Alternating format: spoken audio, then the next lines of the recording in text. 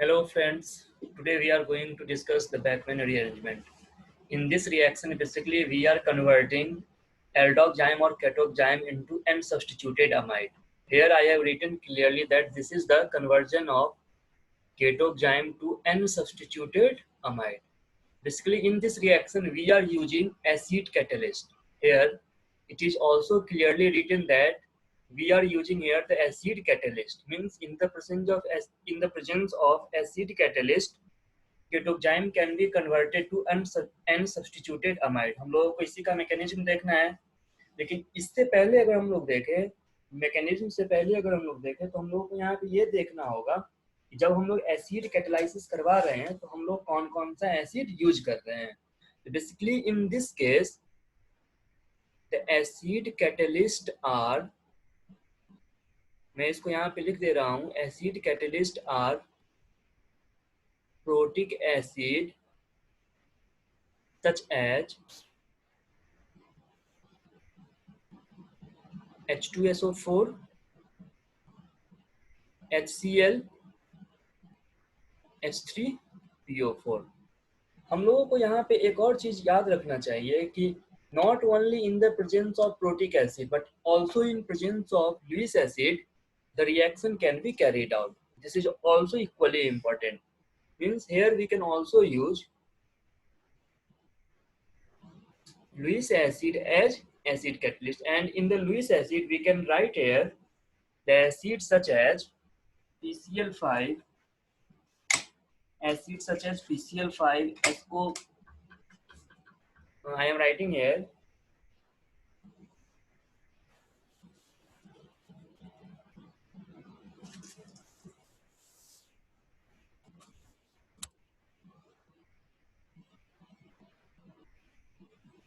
PCl5,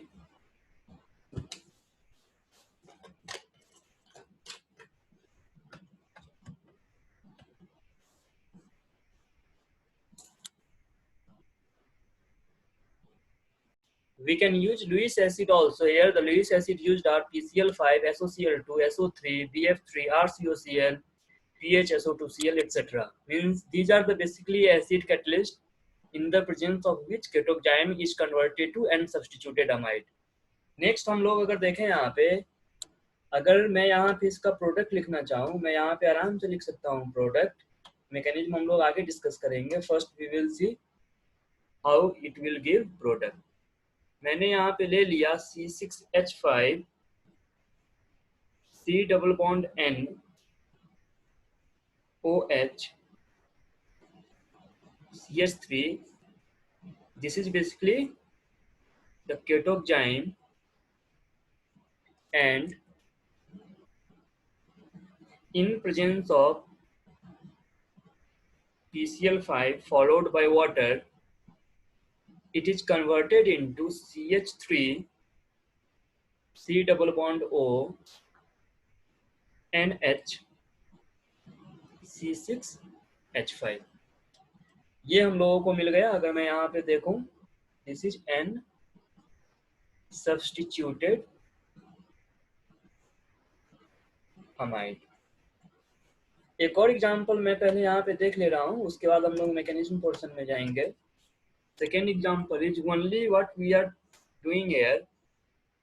हम लोग यहाँ पे चेंज कर रहे हैं only the position of substituents.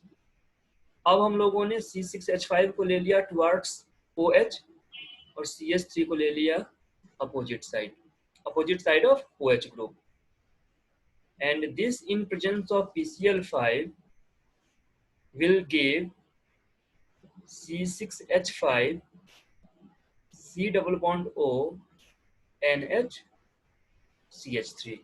Basically these are the products. Now we will move to its mechanism part.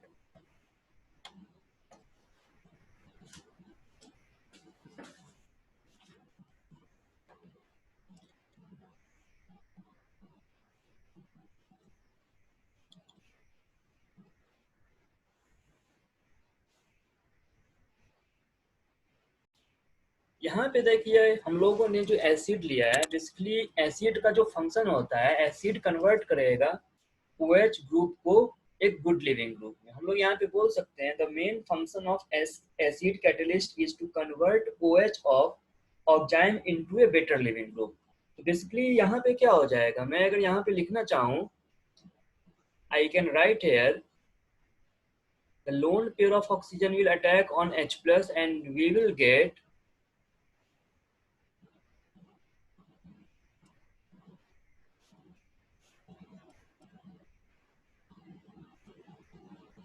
get this as our intermediate। ये हम लोगों को मिल जाएगा यहाँ पे इंटरमीडिएट। बेसिकली मैंने यहाँ पे क्या किया है, जो OH ग्रुप था ऑक्जाइम का, उसको हम लोगों ने कन्वर्ट कर दिया एक गुड लिविंग ग्रुप में। नेक्स्ट स्टेप में अगर हम लोग देखें, ऑक्सीजन के ऊपर पॉजिटिव चार्ज है, तो ये क्या करना चाहेगा, जो बॉन्ड है उसको अपनी तरफ पुल करना चाहेगा।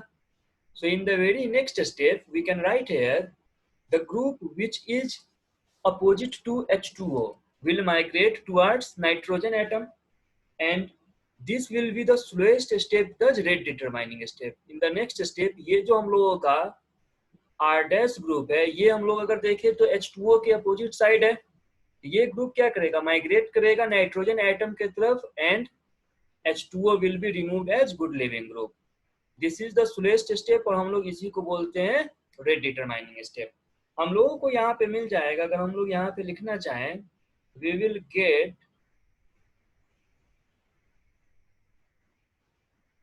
This as our product. Next step में अगर हम लोग देखें तो जो H2O रिलीज हुआ था, the H2O will now attack on the positive charge of carbon atom and we will get this as our product. मतलब हम लोग अगर देखें यहाँ पे नेक्स्ट स्टेप में H2O अटैक करेगा इसके ऊपर, और जब H2O अटैक करेगा हम लोगों को यहाँ पे मिल जाएगा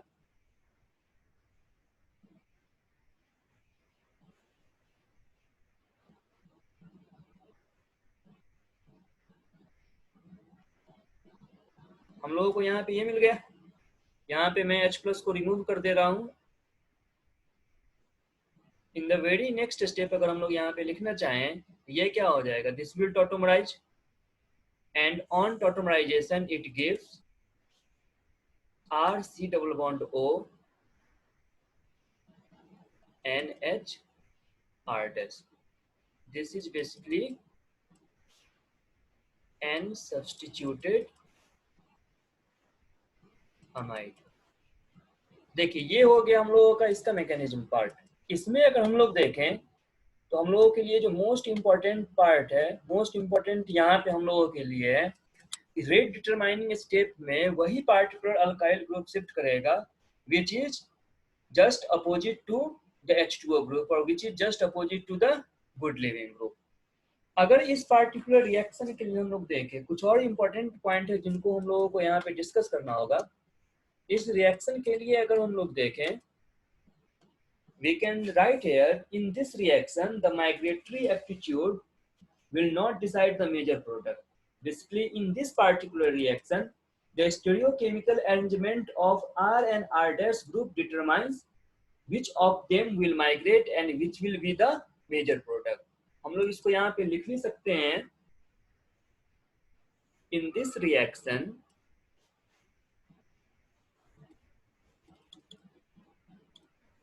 ये पॉइंट बहुत ही इंपॉर्टेंट है, इसको थोड़ा ध्यान में रखिएगा।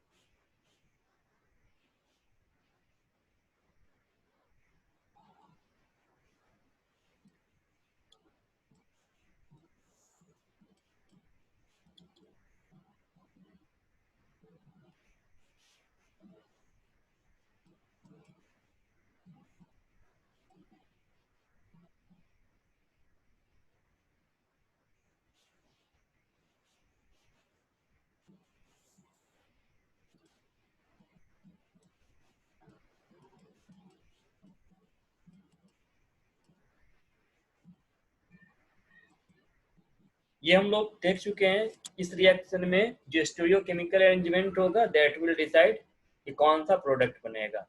अगर हम लोग यहाँ पे रेट ऑफ रिएक्शन की बात करें, रेट ऑफ रिएक्शन डिपेंड करेगा stability of leaving group. Rate of reaction के लिए वी कैन राइट हियर, ये भी बहुत इंपॉर्टेंट पॉइंट है, बहुत जगह आप लोग को ये मिलेगा नहीं, इसको थोड़ा ध्यान से देखिएगा। रेट ऑफ रिएक्शन डिपेंड करेगा स्टेबिलिटी ऑफ लिविंग ग्रुप पे।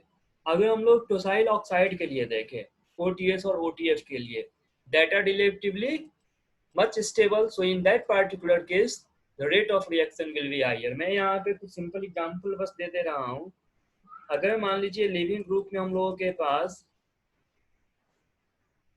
ये है, रिएक्टिविटी हाईएस्ट होगा, then Cl CH2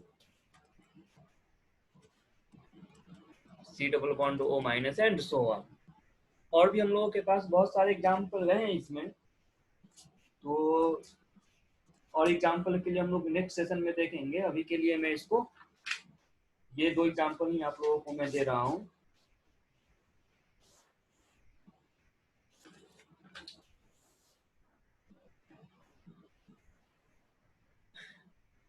okay, thank you very much.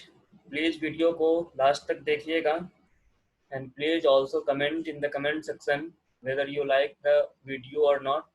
We will try to improve our lecture. Thank you. And if possible also share with your friend, share with your juniors so that they will be get benefited by this initiative.